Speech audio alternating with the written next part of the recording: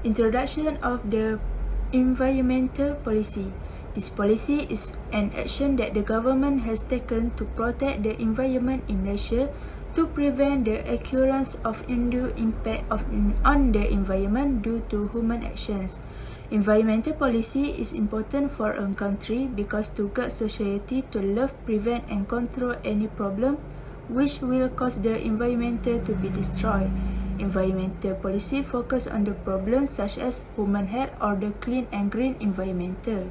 Environmental issues in Malaysia are related to the pollution caused by agriculture, industry and domestic activities. Environmental policy is one of the strategies from the government in the context of sustainable development in line with the 2020 vision.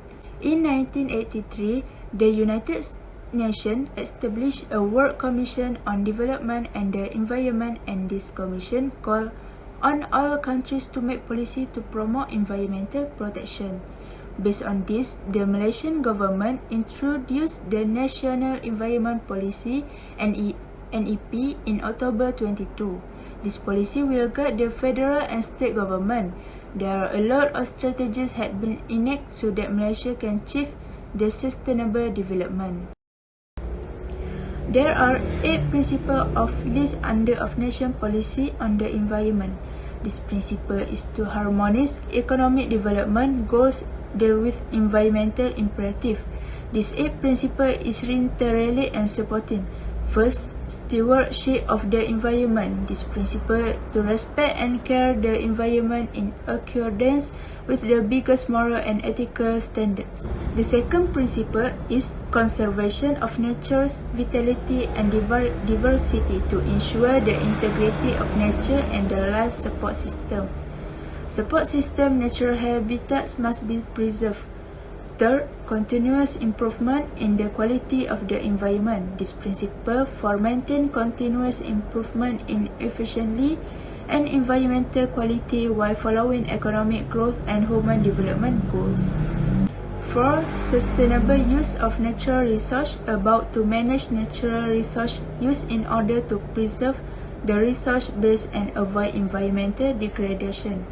Next, integrate decision making. National environment want to integrate environmental dimension in the planning and implementation of the policies, objectives and mandates of all sectors to protect the environment. 6. Role of the private sector. This principle is about to make the privacy sector reinforce their role in protect and manage the environment. The 7th principle is commitment and accountability. The public and private sector, resource user, non-government organisation and the general society need to give high commitment to their respective responsible and parts. The last principle of national policy of environment is active participation in the international community. Participate actively and effectively in regional and global effort towards environmental conservation enhancement. Factors in the creation of the environmental policy. In October 22, environment policy was formulated and approved by the Department of Environment, DOE. This department was originally created as Environment Division under the Ministry of Local Government and Environment on 15 April 1975. In March 1976, this Environment Division was placed under the Ministry of Science, Technology and Environment. On 1 September 1983, the Environment Division has been upgraded to a department that known as Department of Environment because of the importance of environmental protection and conservation. After several years, Department of Environment is placed under the Ministry of Natural Resources and Environment. On March 24, this establishment of Department of Environment based of the Environmental Quality Act. This act was enacted in March 1974 and came into force on the environmental policy problem. The first problem or issue that environmental policy faces is water pollution. water pollution become a major environmental problem in Malaysia. The main reason for this issue is because the irresponsible parties have dumped their illegal industrial waste into the river that may causing disruption of water supply to the community. Early traditional industry of tin mining, palm oil and natural rubber also become the causes of the water pollution in our country. For example, in 2019, Kim River at Pasir Gudang has been occurred of water pollution that caused by the discharge of 2.34 tons of chemical substances. And become more serious in 2020 when Selangor occurred at least 4 times and caused disruption over 1 million consumers. That the often use of pesticide and animal waste is also one of the causes of water pollution in Malaysia. Next problem is deforestation. Malaysia has the world's highest deforestation rate, which is lost an average 0.40% per year. Because of unsustainable logging practice and illegal logging activities, Malaysia forests are under threat because it can affect on the rainforest. Even worse, it will give an impact to the biodiversity. If this illegal logging activity persists, this will be the main cause of the extinction of the animal and plants that are in our country. And that deforestation is also can cause of floods. The rainwater that falls cannot be absorbed by the tree roots as a result of the deforestation. For example, the case of flood that hit the east coast state of the peninsula, especially Pahang, it was because of the forest clearing activities are continuing without any controlled manner. If this issue is still going on without any action being taken, it will lead to a bigger problem that may contribute to the loss of removal of the top layer of soil, which is soil erosion. The main objective of the environmental policy is to ensure that the available natural resources are used in efficient ways. This is because our population is increasing every day, so it will give an impact to the human activity that are related to natural resources. These policies are responsible in managing the resources, such as choosing the best way in order to minimize it and take an action to anyone who using it in unwise ways. Second objective is to balance the need and goals in order to bring the benefit to the socio-economic and conserving natural resources. For example, logging activities can lead to the existence of an area to become a new city. So it can encourage to more focus on the population by providing employment opportunities, thus improving the socio-economic of the community. Next is goal. The main goal of environmental policy is to have and maintain a safe, clean and productive environment for the present and future community. Environmental policy want to increase the percentage recycle of waste from 10 to 25% in order to achieve their objective. They want to ensure the community can get sustainable lifestyle, which is increasing the quality of the water, reduce the amount of the deforestation. Accordingly, with that, we also can improve air quality in Malaysia. For example, the ID played their part into the campaign to educate and raising awareness to the public about the importance of river where it is a main source of water supply to us. Without a clean water, this goal cannot be achieved since this issue proves that our country is still in a dirty condition. In Malaysia's green strategies, there will be education and awareness. Second, effective management of natural resources and the environment. Third, integrated development, planning and implementation. Fourth is prevention and control of pollution.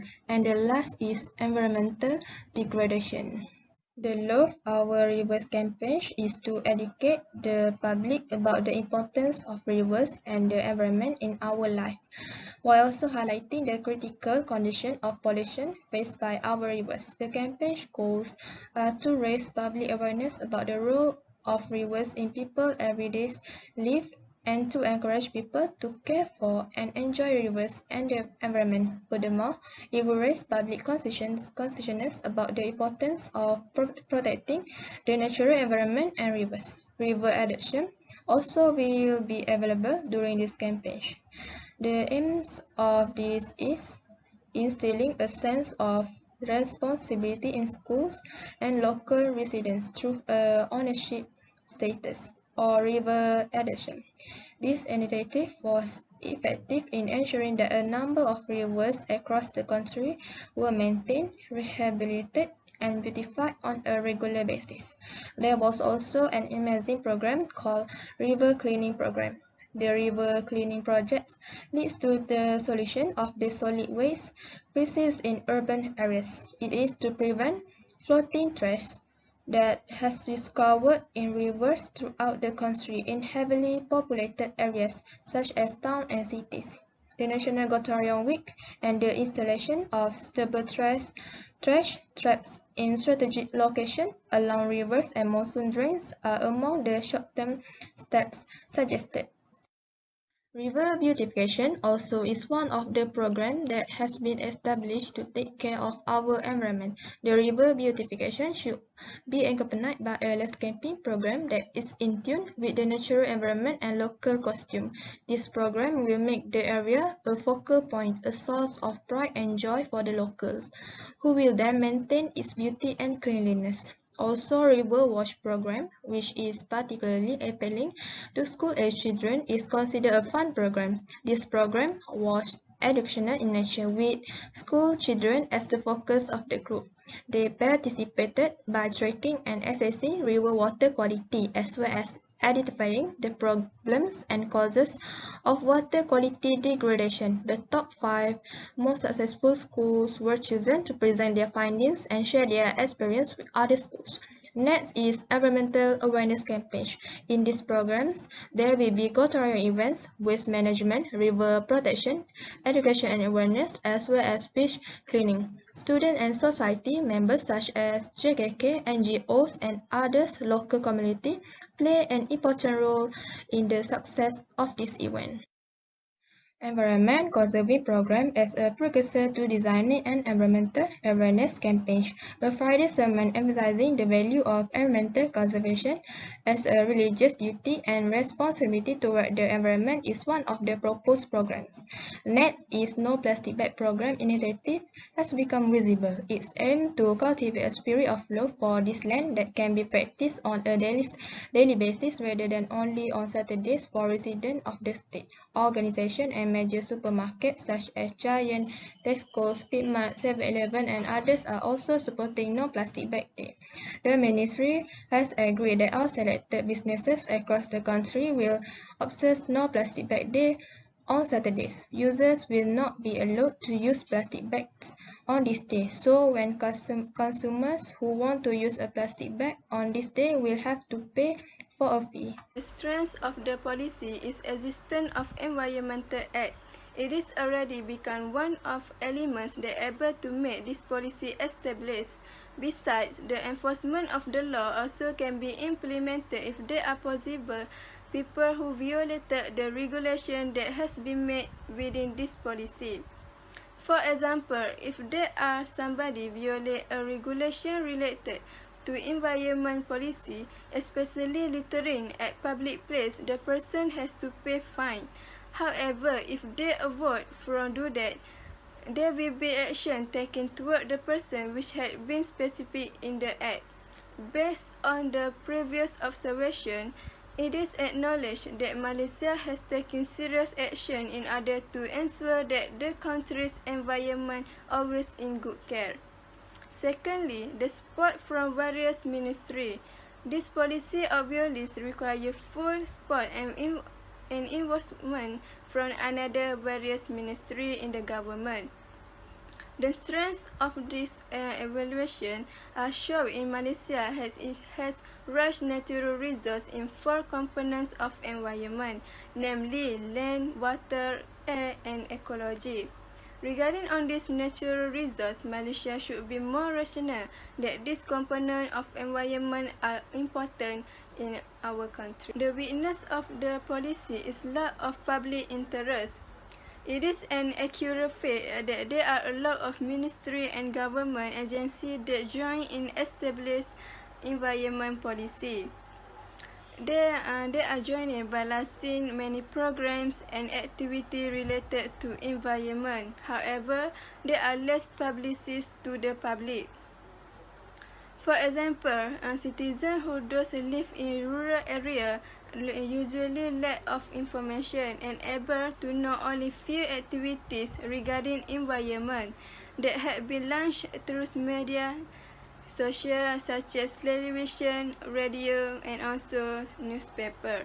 For example, it is undeniable that there are a lot of people who live in rural areas and are not conscious of the existence of no plastic bag day, which is make them still asking for plastic bag where they buying things instead of bring their own plastic bag.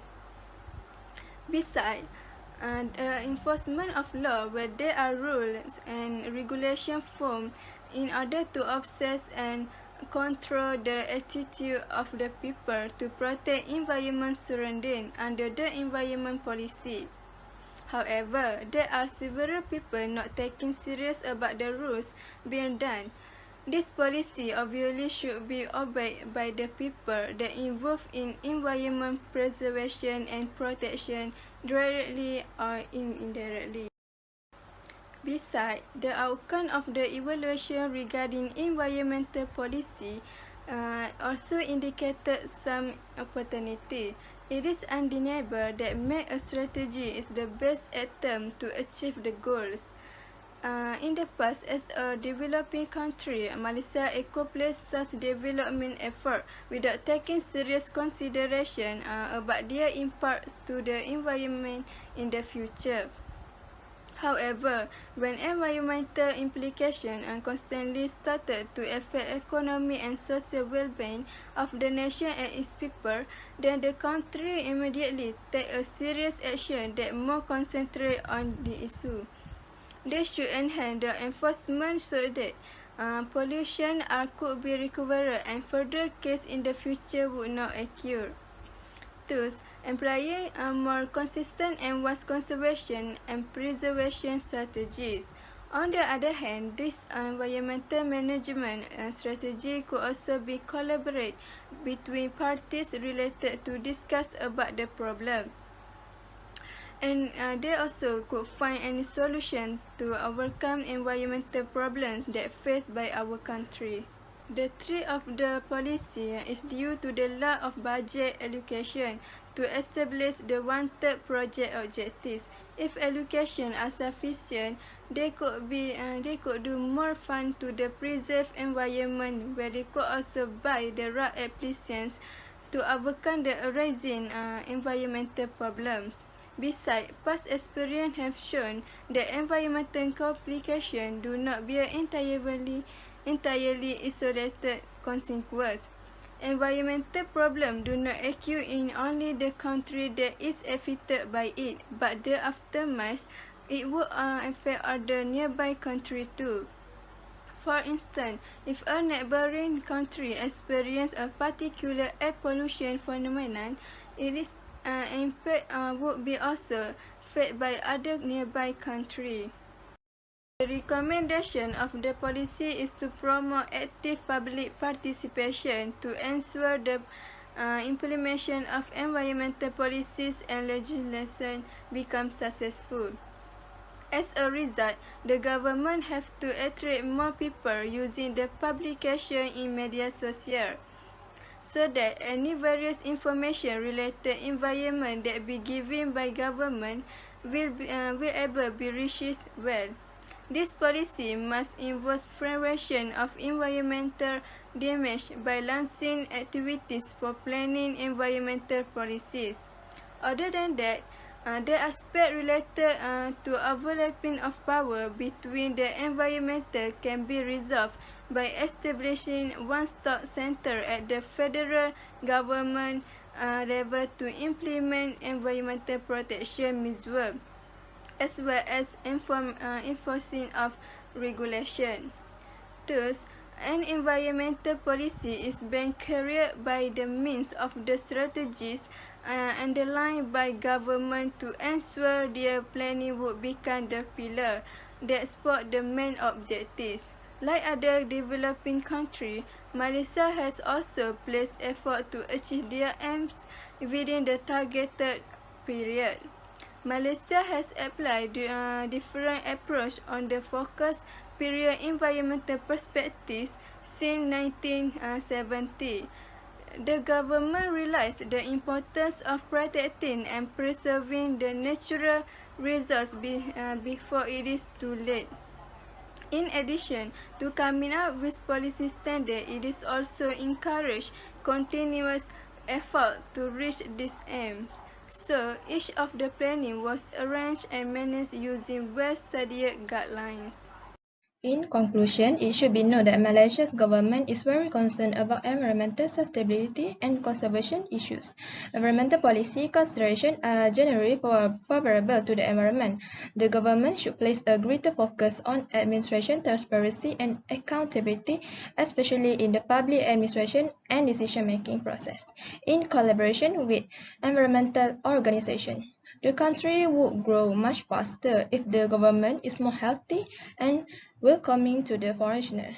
The coordination of all hands should be done as soon as possible, and all government programs and initiatives should be implemented with clean hands. Malaysia's government has been acting in accordance with international environmental standards such as Polluter Pay and others. Last but not least, we must protect our environment so that we can live a life free of environmental contamination, which causes harmful diseases such as cancer. We may also lessen the impact of natural disasters such as floods, earthquakes, and global warming.